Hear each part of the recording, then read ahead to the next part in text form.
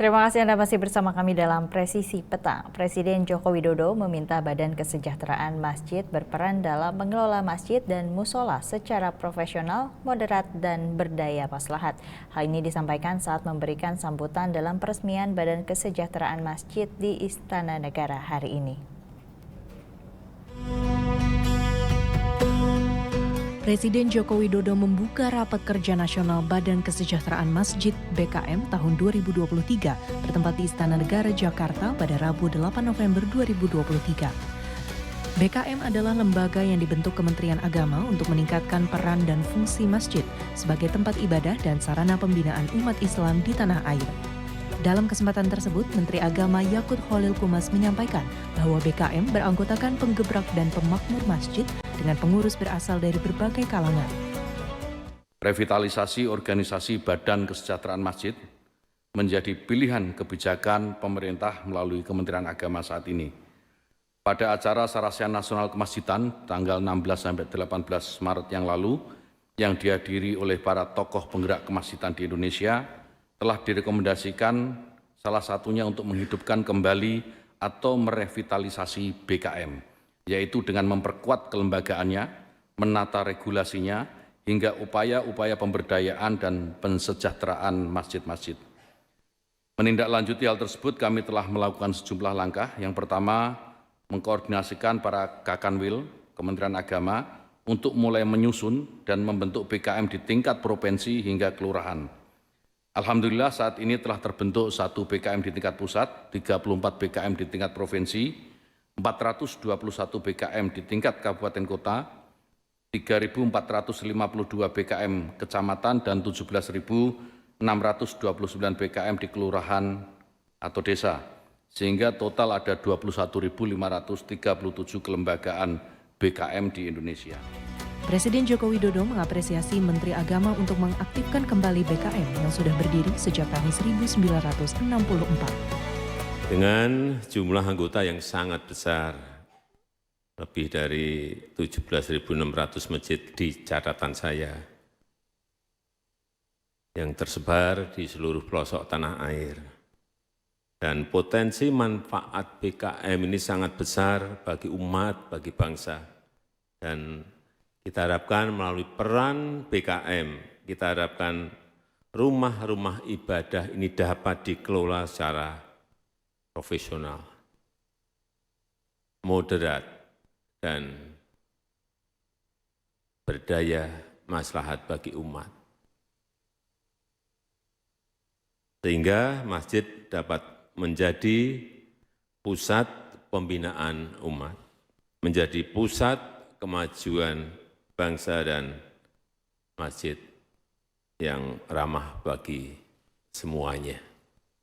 Kita ingin rumah-rumah ibadah dapat menjadi tempat yang khidmat untuk beribadah, tempat yang mempersatukan keberagaman kita, tempat yang edukatif, yang mendidik untuk pembelajaran karakter kita. Saya juga berharap pengurus BKM, baik yang di pusat maupun yang di daerah, ini dapat aktif bersinergi, aktif berkolaborasi untuk menjaga masjid dari ancaman intoleransi dan ekstremisme, serta dari politisasi yang memecah belah, yang tidak mempersatukan kita, tidak menjadikan kita rukun. Sehingga persatuan dan kesatuan bangsa dapat terus dijaga. Terakhir, Presiden berpesan agar rumah-rumah ibadah dapat menjadi tempat yang khidmat untuk beribadah, sekaligus tempat mempersatukan keberagaman, sehingga persatuan dan kesatuan bangsa dapat terus dijaga. Peningkatan realisasi investasi menjadi salah satu tema utama dalam reformasi birokrasi, dan investasi menjadi instrumen vital bagi perekonomian Indonesia, terlebih di tengah dinamika global yang kian menantang. Hal ini disampaikan oleh Wakil Presiden Ma'ruf Amin saat menghadiri Anugerah Layanan Investasi tahun 2023 di Jakarta hari ini.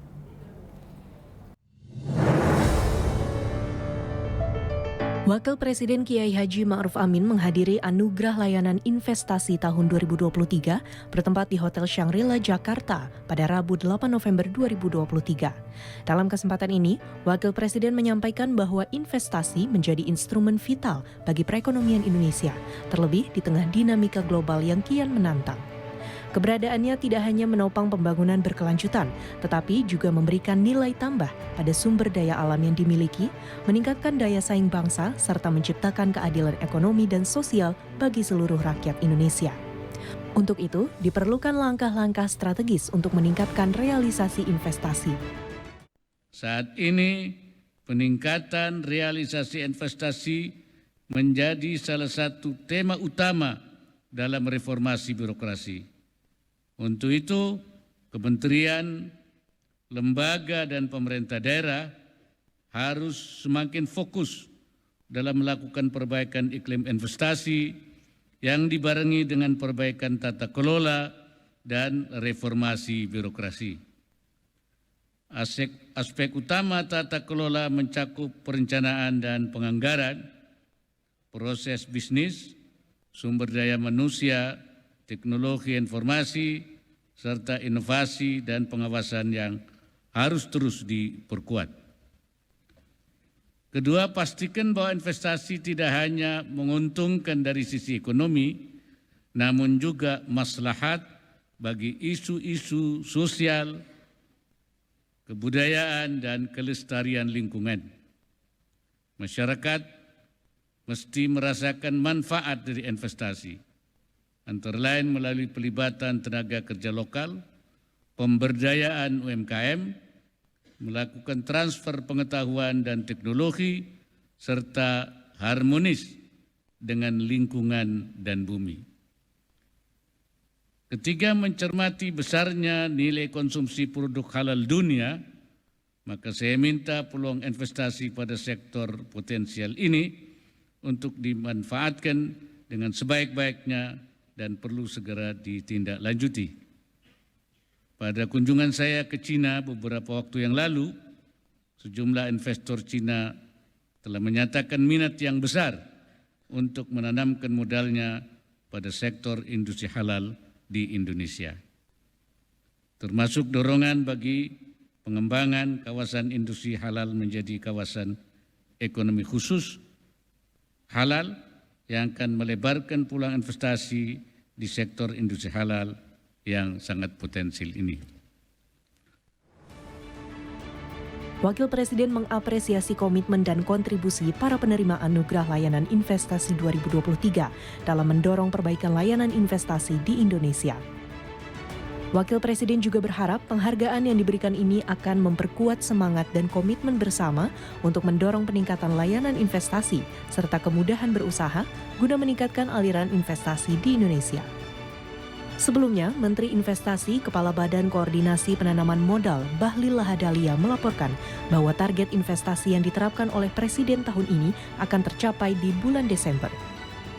Dari Januari sampai September, target investasi kita sekarang sudah mencapai 1.053,1 triliun rupiah. Saya janji kepada Pak Wapres dan Bapak Ibu semua, saya berani janji ini karena saya punya tim yang kuat dari DPMPTSP Kabupaten Kota Provinsi, menyampaikan bahwa insya Allah Desember 2023 target investasi kita bisa mencapai 1.400 triliun rupiah. Tapi Pak Menpan RB, tukin DPMPTSP sama Kementerian Investasi belum naik-naik. Nih.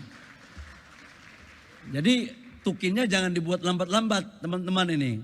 Karena Kementerian Keuangan itu, ada nggak dari Kementerian Keuangan?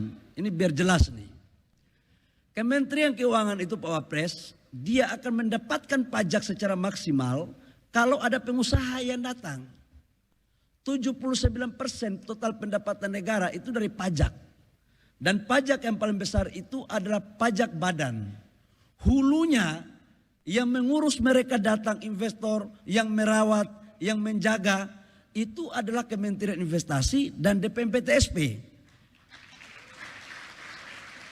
Kementerian Keuangan itu bagian ngutip saja. Jadi kalau nggak ada yang mendatangkan, mau ngutip apa? Hadir dalam acara tersebut Menteri Pendayagunaan Aparatur Negara dan Reformasi Birokrasi Abdullah Azwar Anas dan Menteri Perhubungan Budi Karya Sumadi. Penilaian kinerja 2023 dilakukan oleh Kementerian Investasi terhadap 546 pemerintah daerah baik di tingkat provinsi, kabupaten, dan kota se-Indonesia. Berikut ini daftar penerima anugerah layanan investasi tahun 2023.